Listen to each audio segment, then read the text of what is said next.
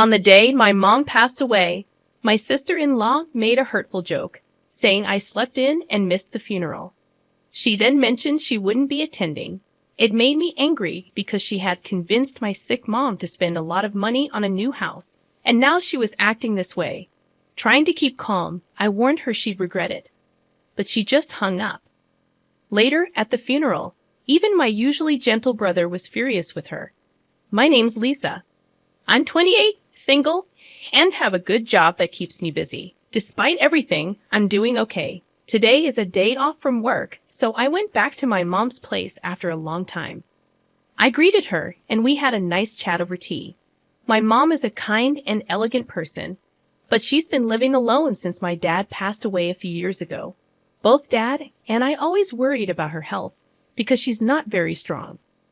Whenever I have time off, I make sure to visit Mom and spend time with her. During our chat, I asked if anything troublesome had happened lately. Just as she was about to tell me, the doorbell rang. Mom said it might be Stephanie. Stephanie is my brother's wife. They recently got married, and she's my sister-in-law. I often wonder how my quiet brother ended up with someone as talkative and pretty as her. Although I sometimes find her unexpected visits a bit annoying, I appreciate her caring about our mom. When Stephanie came in, she greeted us cheerfully. She mentioned how long it had been since we last met, and then started talking about my job in accounting. She said she's too busy with housework, and hinted that it would be nice if I got married soon too. Yeah, maybe my sister-in-law acts timid around my mom, but sometimes she makes these sneaky comments to me. I'm not sure if she's trying to be mean, but it definitely makes me feel uneasy. Looks like my sister-in-law's here too, so I'll head out, I told Mom when I said goodbye. She agreed and said we should catch up more next time before seeing me off. As I left, I couldn't help but wonder if Mom was really okay with my sister-in-law. She's not one to gossip or complain, so I worry she might be keeping her feelings inside. A few months later, Mom told me that my brother was building a fancy new house. My brother makes a good living, but he's not super rich, right? And my sister-in-law doesn't work, so how are they affording such a big house? I wondered aloud. Well, I actually helped him out with some money from your father's inheritance. Mom confessed. How much? I asked. Around $20,000, Mom replied. $20K. Mom, are you serious? I exclaimed in shock. My dad always taught my brother and me to be self-sufficient once we grew up, so I couldn't understand why Mom would give away such a large amount of money. Stephanie, your sister-in-law, kept coming over almost every week, asking for help. I just couldn't say no, especially since Andrew and Stephanie promised to take care of me when we all lived together. I felt like I had to help, Mom explained. Well, if you're sure about it, Mom, but aren't you worried you're giving too much? I asked. No, not at all. This will make things easier for you, Lisa.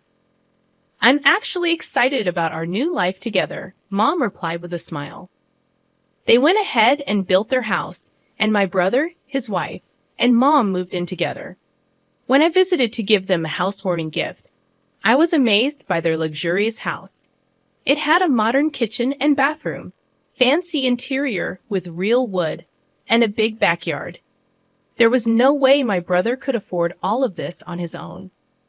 My sister-in-law proudly gave me a tour of the house, and when it was over, I pulled my brother aside quietly. Congratulations on the new house, Andrew. Please make sure to take good care of Mom. Thank you, Lisa. Don't worry, Stephanie will take care of Mom while I'm at work, he assured me.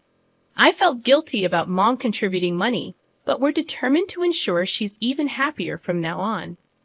It seems my brother wasn't aware that his wife had been asking Mom for money for the new house. He's a good and kind person, but sometimes he can be a bit clueless. Okay, just make sure you both take care of Mom. And you, focus on your job, I advised. Let's not talk about work. Oh, sorry, my bad, he replied. After our conversation, I gave my brother an envelope with some cash and a standing clock. This clock can help monitor health, so please put it somewhere in the living room where Mom can see it easily. Wow, this clock is really advanced, huh? But it could be helpful for Mom. And it looks stylish too. Let's place it here, my brother said, setting the clock on a shelf in the living room. I should head home now. Take care, I said. My sister-in-law was busy on the phone in another room, so I left the impressive house with my mom and brother seeing me off. 6 months had passed, and it seemed like my mom, who had been a worry, was doing well with my brother and his wife. I was able to focus on my work, thinking that these peaceful days would continue until I received the heartbreaking news of my mom's passing. When my brother came back from work, he found our mother had stopped breathing.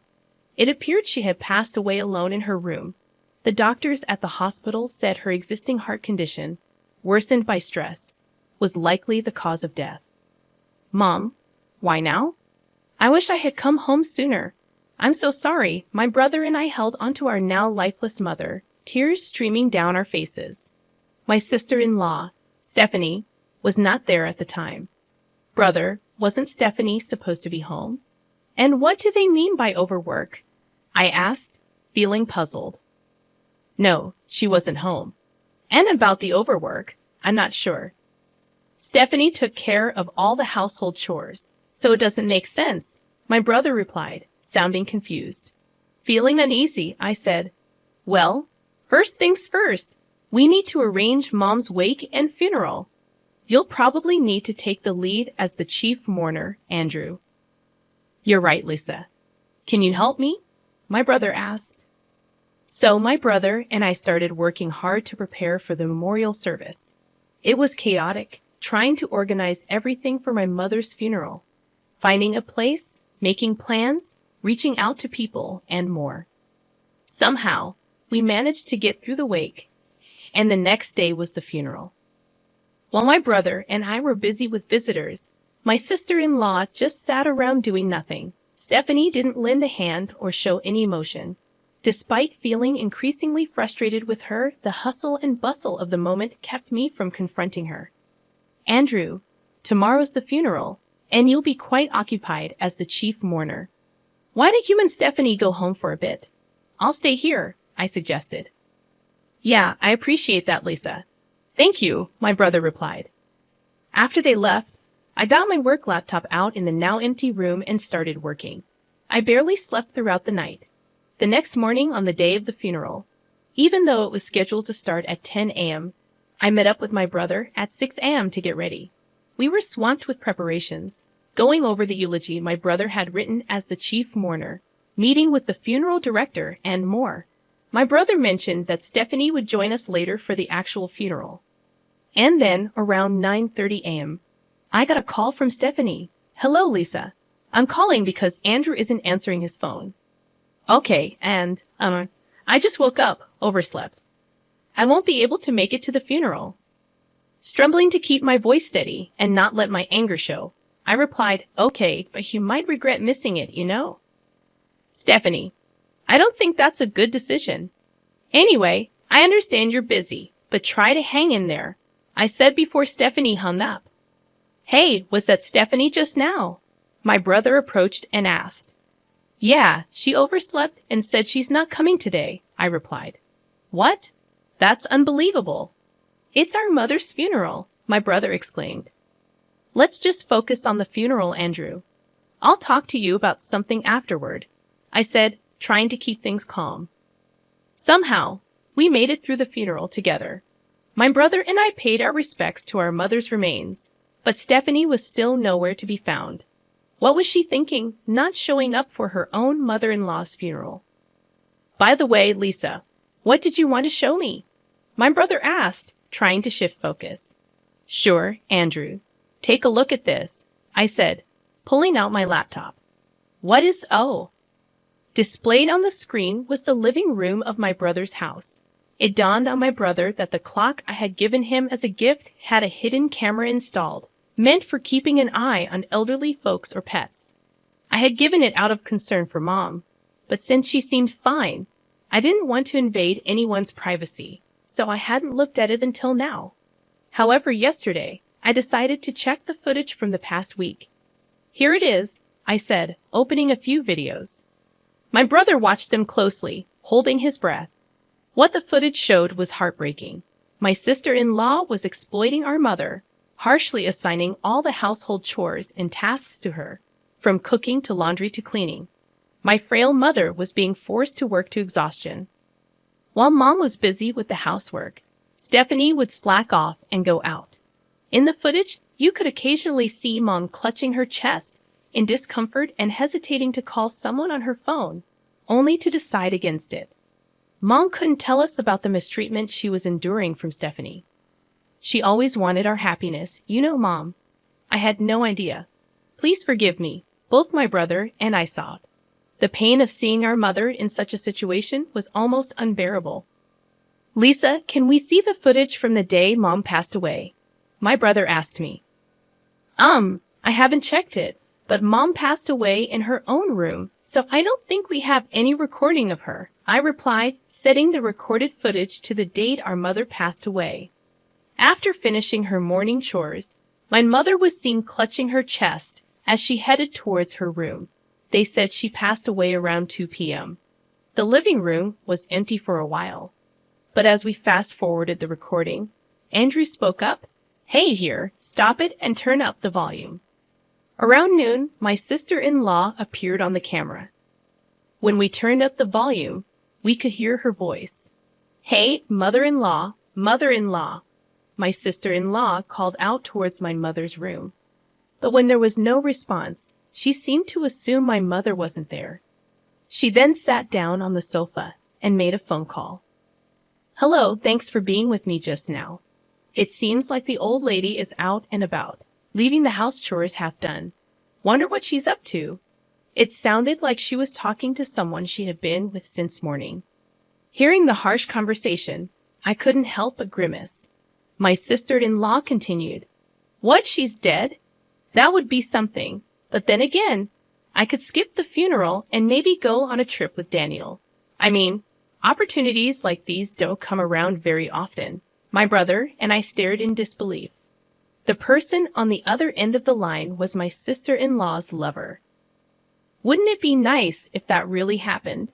Then I could make up some story about domestic abuse for my husband, get a big divorce settlement, and buy this house. Then Daniel and I can live here together.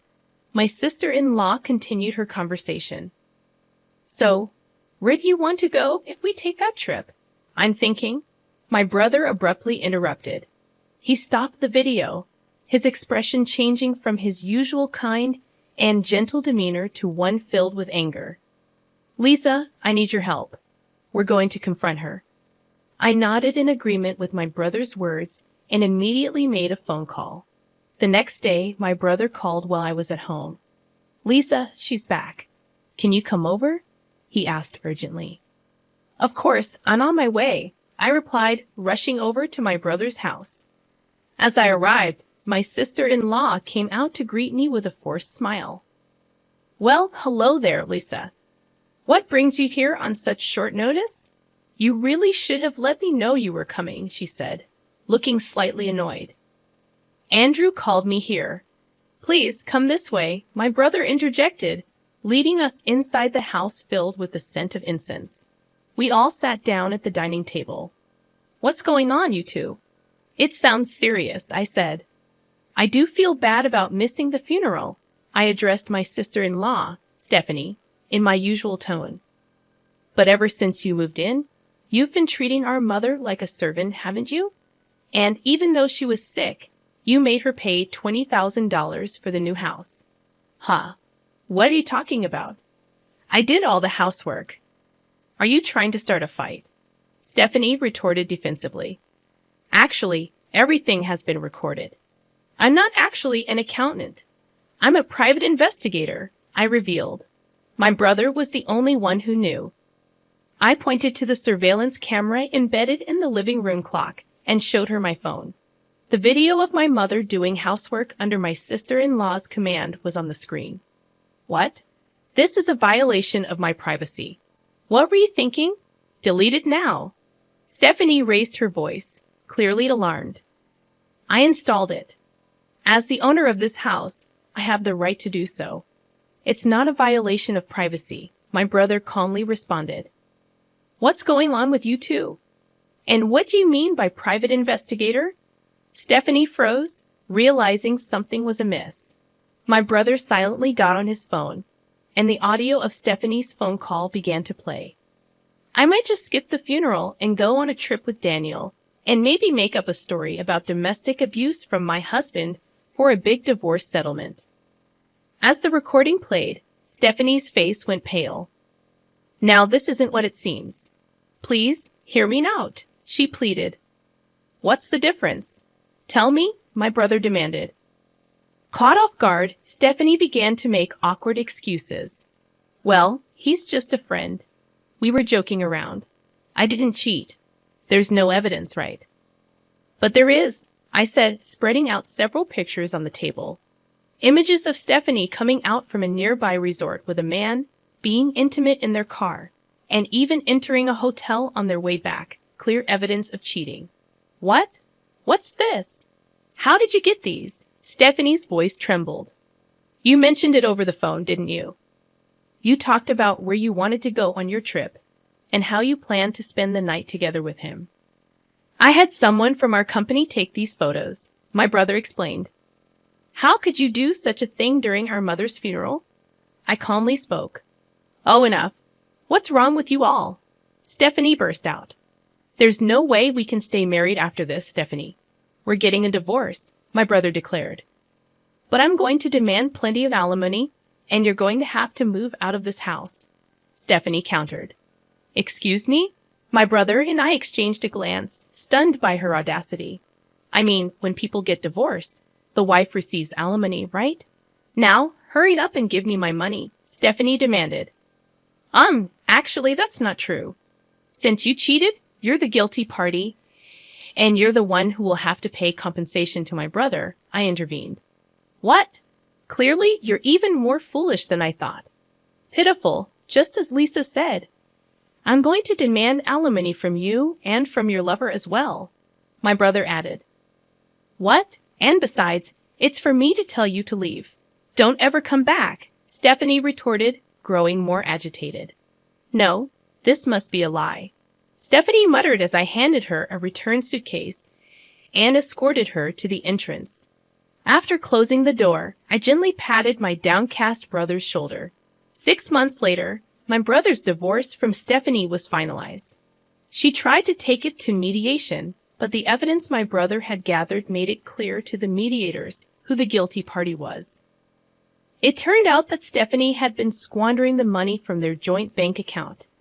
So my brother was able to divorce her with almost no division of assets. After that, just as he had declared, my brother claimed alimony from Stephanie and her lover. The lover, who had planned on moving in with Stephanie using the alimony from my brother, was outraged by the alimony claim and immediately broke things off with Stephanie.